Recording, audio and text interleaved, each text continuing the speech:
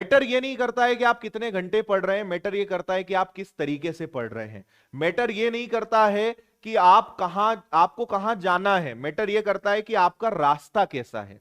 तो रास्ता तय करता है कि आप कहां पे कितनी जल्दी पहुंचने वाले हैं। ऊपर भरोसा रखिए, ईमानदारी से मेहनत करिए, पेशेंस रखिए, कूल रहिए, टेंशन लेकर नहीं जीना है। और ये नहीं सोचना है कि ये एग्जाम आखिरी है जीवन का, या ये जीवन का एक आखिरी अवसर है, इसके बाद पता नहीं हमें कोई अपॉर्चुनिटी मिलेगी कि नहीं मिलेगी। मैं आप लोग के लिए एपीजे अब्दुल कलाम का एक रिजल्ट, एक एग्जाम्पल लेकर आया हूं।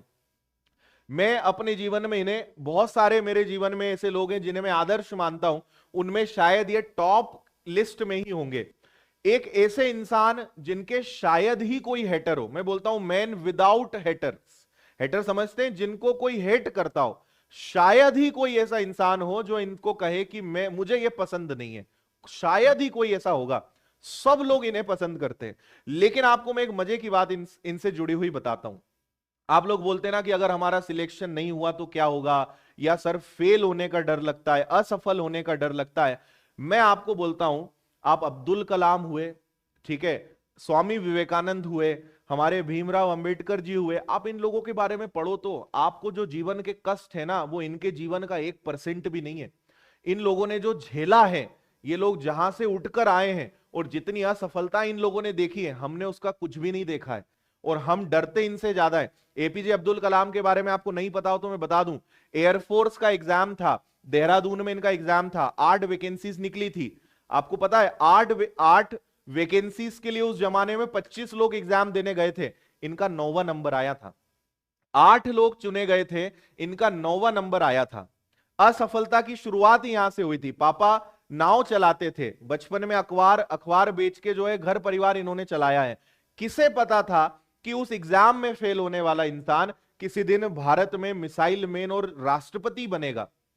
तो आप अगर ये सोचते हैं कि मैं फेल हो गया, मेरी जिंदगी खराब हो जाएगी, अब्दुल कलाम के बारे में भी आपको मैं एक बात बताता हूं। एक बार इनके भी दिमाग में उस समय आ गया था कि यार मेरा ये एग्जाम, 8 लोगों में मेरा 9वां नंबर है, एक नंबर से मैं रह गया, एक रैंक ऊपर आ जाती तो मेरा सपना पूरा हो जाता। एक बार के लिए इनके मन में भी आया था कि मेरा अब जीवन खत्म हो गया, क्योंकि वापस जाने के पैसे नहीं थे, इतनी बुरी हालत थी। इन्हें लगा कि सुसाइड कर लूं या क्या कर लूं। एक उन्हें वहां पे संत मिले, उन्होंने समझाया, कई लंबी कहानी इसके आगे की। लेकिन आप सोचिए कि अगर वो उस समय उस चीज को सीरियस लेकर बैठ जाते और ये बोलते मेरा जीवन खत्म हो गया, तो क्या ये आगे चल के इतने महान बन पाते। असफलता की ना हमने डेफिनेशन बहुत गलत पकड़ के रखी है। हमें लगता है कि बस ये एग्जाम निकलना ही चाहिए, नहीं निकला तो ऐसा हो जाएगा वैसा हो जाएगा। याद रखिए, कई बार मैं, ये पूरी विश है मेरी, पूरी उम्मीद है और पूरा मेरा आपके साथ सपोर्ट, आशीर्वाद, प्यार सब है कि आपका एग्जाम निकले। पूरी मेरी ऐसी तमन्ना है, दिल से मेरी इच्छा है कि आपका एग्जाम निकले। पर मैं आपको एक चीज बता रहा हूं कि चाहे ये एग्जाम निकले या ना निकले, इसके आगे जीवन बहुत बड़ा है, इसके आगे और अच्छे अवसर मिलेंगे। क्या पटवारी बनने के बाद आप कुछ और अच्छे के लिए नहीं ट्राई करोगे? क्या और बड़े पद पे नहीं जाना चाहोगे? क्या आप और अच्छे जीवन में किसी टारगेट को नहीं अचीव करना चाहोगे? तो बनोगे तब भी आगे बढ़ने के लिए काम करना है, नहीं बनोगे तब भी आगे बढ़ने के लिए काम करना है। कॉमन क्या है? आगे बढ़ने के लिए काम करना है। तो असफलता को दिमाग पे नहीं चढ़ाना है कि यार नहीं निकला तो क्या, घर वाले क्या, कोई कुछ नहीं कहेगा आपको, ठीक है। एक समय के बाद लोग सब भूल जाते हैं, लेकिन यह समझना है कि अगर कई बार अगर असफलता हमारे हाथ लगती है तो शायद ऊपर वाला आपको और बड़ा अवसर देना चाहता है। अगर ये उस समय एयरफोर्स में एक ऑफिसर बन जाते तो क्या पता कि आज ये इतने महान लोगों की लिस्ट में आते। ऊपर वाला चाहता था कि बेटा तुम्हारे लिए कुछ अच्छा प्लान करा है, ये छोटे मोटे अवसर जाने दो। तो हमें उन चीजों को लेकर नहीं बैठना है, हमें देखना है कहां कमी रह गई, अगली बार और मेहनत करेंगे। टारगेट नहीं बदलना चाहिए। बोलते हैं ना कि अगर आप असफल हो गए तो अपने टारगेट को मत चेंज करो, अपना तरीका चेंज करो, अपना रास्ता चेंज करो।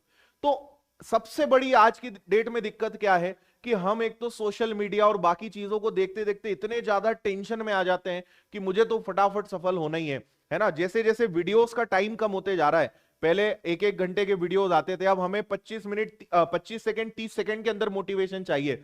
हमारा धैर्य खत्म होते जा रहा है, पेशेंस हमारा खत्म होते जा रहा है। सफल होना है, पेशेंस रखना पड़ेगा। आपको यह समझना है कि भाई ये एक पूरी प्रोसेस है, यहां कुछ भी रातों रात नहीं होता। अगर कोई बच्चा पैदा होगा तो उसको 9 महीने अपने मां के गर्भ में रहना पड़ेगा, लेकिन आप में से अधिकतर लोग ऐसे हैं कि 9 महीने के पहले हो जाए, या वो काम जो 9 महीने में होना है वो 4 महीने में हो जाए। आप सोचिए क्या ऐसा हो सकता है। प्रकृति ने जो नियम बनाए हैं, सक्सेस ने जो नियम बनाए हैं, वो वैसे ही चलेंगे। आपको धैर्य रखना है, आपको मेहनत अपनी करते जाना है, और फल तो आपको 100% मिलना ही है। कर्म करिए, फल की चिंता मत करिए। तो अपने एफर्ट्स पे ध्यान लगाइए। आप, अगर, मैंने पहले भी कहा है कि अगर आप अपने प्रति ईमानदार हैं, आपको लगता है कि सर जो बेस्ट हो सकता था वो मैंने किया, जो बेस्ट हो सकता था उतनी मेहनत मैंने करी है, मैं बता रहा हूं आपका सिलेक्शन 100% होगा। खुद के प्रति ईमानदार रहिए। This is very very important. एक छोटी सी समस्या और आपके साथ है, कई लोगों ने कहा है नींद बड़ी आती है। देखो, पहले तो ये 2-4 घंटे सोने की आदत है तो उसको छोड़ो, है ना। आपको कम से कम 6 घंटे या 7 घंटे तो सोना ही चाहिए, ना इससे ज्यादा ना इससे कम। तो दोपहर में नींद की समस्या नहीं आएगी। इसके बावजूद नींद की समस्या आती है तो दोपहर में आप 10 मिनट 15 मिनट की एक झपकी ले सकते हैं, जिसे इंग्लिश में पावर नैप बोलते हैं। कोई बुरी बात नहीं है। कोई लोग बोलते हैं दोपहर में सोना बुरी बात है, नहीं है।